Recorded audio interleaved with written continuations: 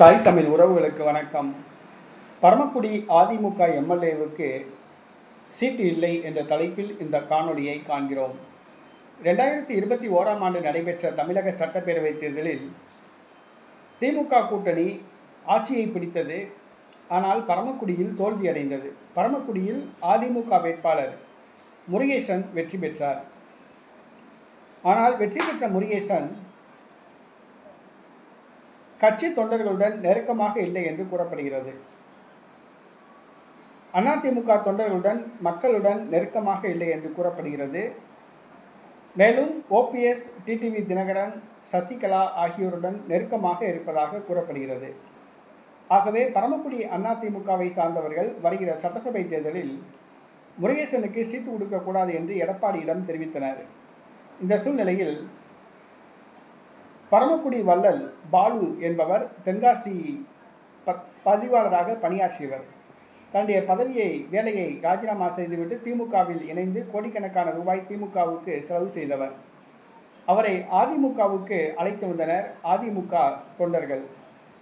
பாலு அவர்கள் தற்பொழுது அதிமுகவில் உள்ளார். எடப்பாடி பழனிசாமியை சந்தித்து அதிமுகவில் தன்னை இணைத்து கொண்டார்.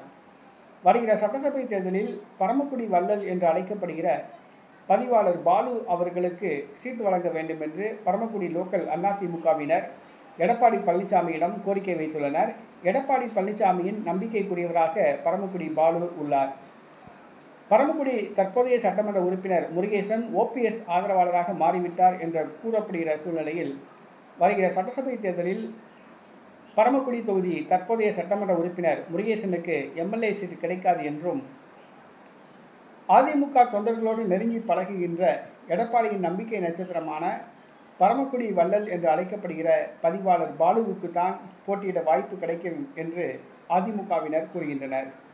அதேபோன்று பதிவாளர் பாலு அவர்களும் தன்னுடைய கோடிக்கணக்கான பணத்தை செலவு செய்து பரமக்குடியில் அதிமுக நிகழ்ச்சிகளை நடத்தி வருகிறார்.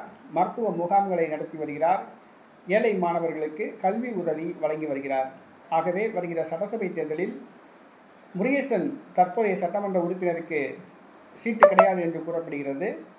பரமக்குடியை சார்ந்த பரமக்குடி வள்ளல் பதிவாளர் பாலு அவர்களுக்கு தான் அதிமுக சார்பில் போட்டியிட வாய்ப்பு கிடைக்கும் என்று கூறப்படுகிறது.